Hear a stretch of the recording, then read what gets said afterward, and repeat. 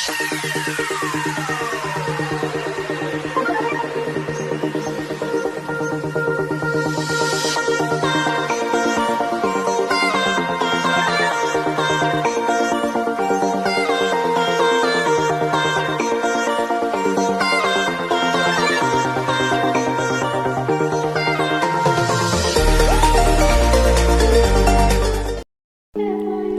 everyone! I'm Teacher Margie. Naumpisahan nyo na ba ang paggawa ng Electronic School Form 7? Sa video na ito, ipapakita ko sa inyo ang karaniwan na mga tanong sa paggawa ng School Form 7. Kung natatandaan ninyo, tayo na po ay gumawa ng School Form 7 noong 2023. Pero dahil sa nabago ang curriculum, hindi na po natin ginamit yung dating form na Electronic School Form 7. So ngayong 2025, gagawa ulit tayo ng bagong Electronic School Form 7. So bago natin gamitin ang Electronic School Form 7, dapat nating mabusising basahin ang user manual para mas maintindihan po natin kung paano ang gagawin sa Electronic School Form 7. Narito ang mga karamihang katanungan sa School Form 7. Sino nga ba ang magko-consolidate ng Electronic School Form 7 na isasubmit ng kada school? So sabi dito, for school year 2024-25, the consolidation of all submissions shall be done at the central office. The complete process from accomplishment of the form to report generated is detailed.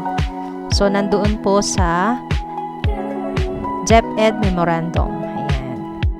Kailangan ba na ilagay ang workload of non-teaching personnels? So, kailangan po nating ilagay.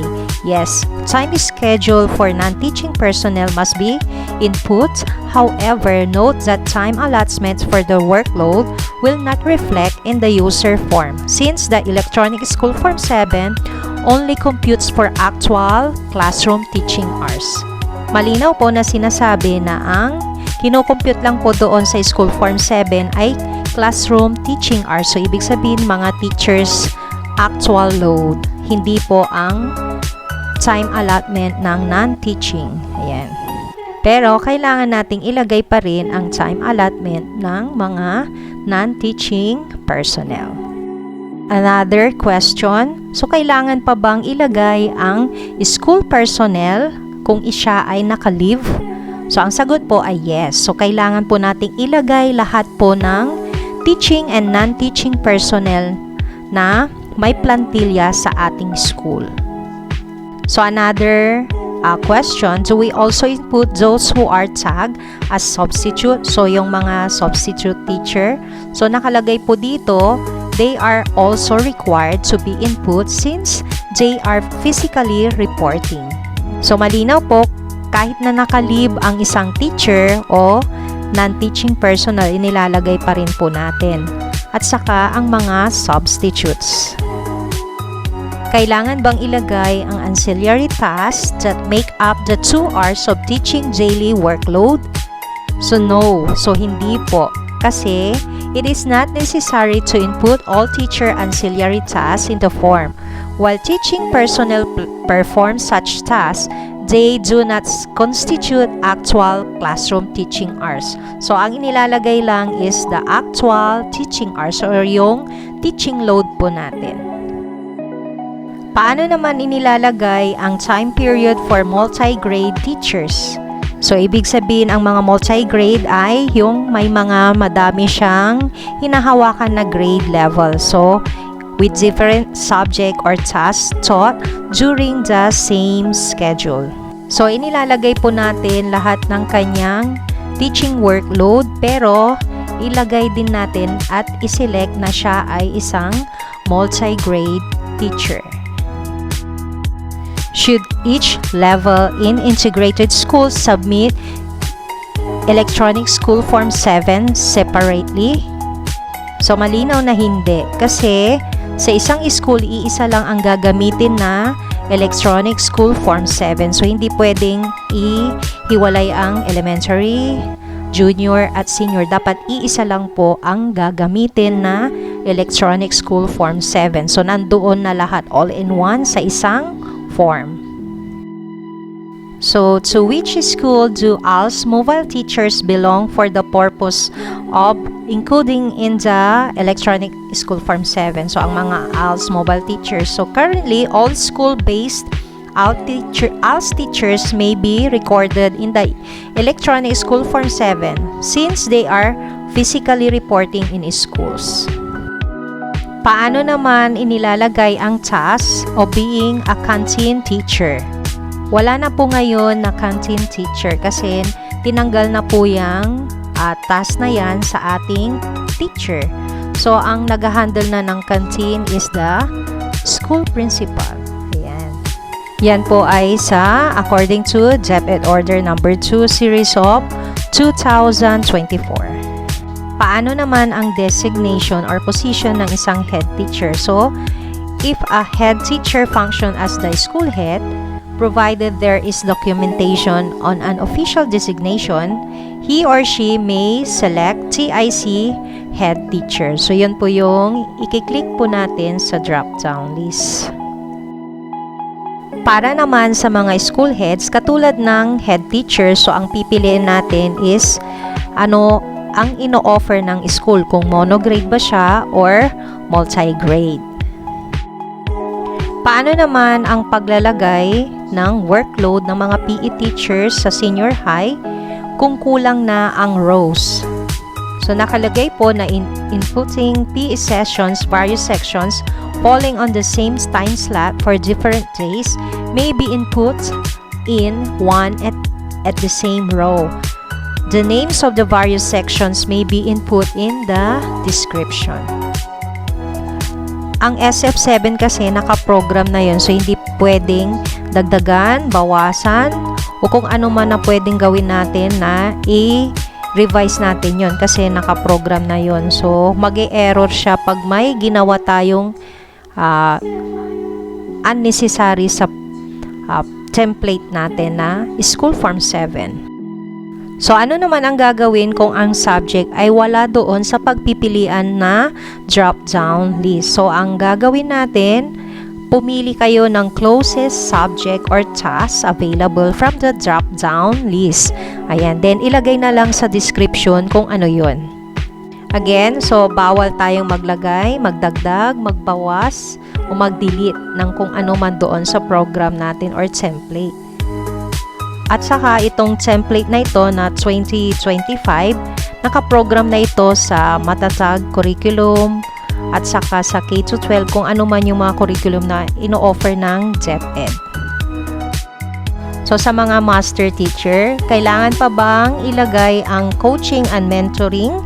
So nakalagay po dito, hindi na po. So ang talagang ilalagay lang po dito ay yung tungkol sa pagtuturo po natin na kung ano yung time na nakalagay. Hindi na po inilalagay ang mga ancillary tasks sa electronic school form 7 na bago. So tandaan po natin, ang ilagay lang po dito ay mga classroom teaching load po natin or contact time sa ating mga learners. Sa mga non-teaching personnel naman na hindi administrative work ang kanilang ginagawa, so ang pipiliin nila is the drop-down list na related tasks at ilagay na lang sa description kung ano yung trabaho nila sa school. So inilalagay din po natin ang time allotment nila at actual days ng kanilang trabaho. How do schools input the computer science class for elementary? So, sa mga computer science class, elementary, select non-graded from the drop-down list of the level, column, then special program in science under the subject or task drop-down list. So, nandun na po sa option yan. Then, the actual elementary grade level may be input in the section or description column. Kung naka-encounter naman kayo ng total actual load for advisory tasks not reflecting, so hindi nakikita doon sa workload or hindi niya kinompute or nag-e-error, siguro ito ay lumampas sa maximum allowable time allotment na 300 minutes per week. So, sinasabi dito kung lumampas yon, hindi na yon magre-reflect. Dapat within the allowable time allotment na 300 minutes per week. So, kailangan nating i-double check ang inilalagay natin na mga time, mga oras at saka minutes sa ating school form 7. Yun naman ay tinitignan natin sa ating class program ng bawat teachers. Kung nakaka-encounter naman kayo na nagko-color ng orange cells mean that there are information needing updating or revision caused by the migration process from older version of the automated tool to the official revised version for implementation starting school year 2024-2025. So, paano naman natin magagawa ang issue na ito? Then, whenever orange cells are appearing, a simple correction may be done by selecting the appropriate option from the drop-down list. Kung nagkukulay red naman, it means overlapping time allotments. So, ang gagawin lang natin, i-adjust natin yung time allotment, i-double check natin, baka nag-overlap na pala ang mga oras na ini-input natin sa ating school form 7. So, kung green naman ang kulay, ito yung mga dapat nating gawin. So, select the personnel's data from the user form, updating accordingly, either by adjusting or removing the time allotment. Tapos, i-save natin the updated information by clicking Save Data button. So, paano nga ba i-accomplish and i-submit ang school form 7? So, first, prepare. So, i-prepare po natin yung kailangan natin. Number 1 na kailangan natin dito is the class program of teachers. Then, syempre, ang mga plantilla nila. So, kapag meron ka ng mga data ng mga ganon, so, madali na tayong mag-encode sa ating electronic school form 7. So, kailangan po natin na i-verify lahat ng mga ini-input natin na information at mga data sa ating school form 7. So, we ensure the accuracy and completeness in accomplishing the school form 7.